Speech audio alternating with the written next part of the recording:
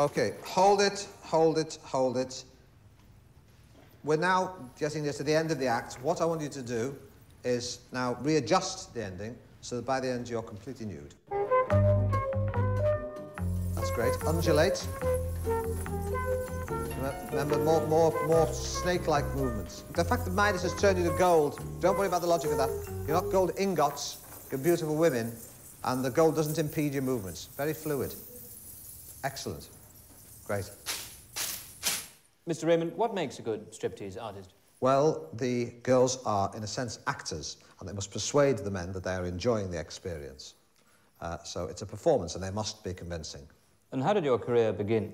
Well, I'm an entertainer first and foremost. I started out with a mind-reading act, and I soon realised that people like to look at attractive girls, and they liked it even more if the girls had no clothes on. So in that sense alone, I could read people's minds.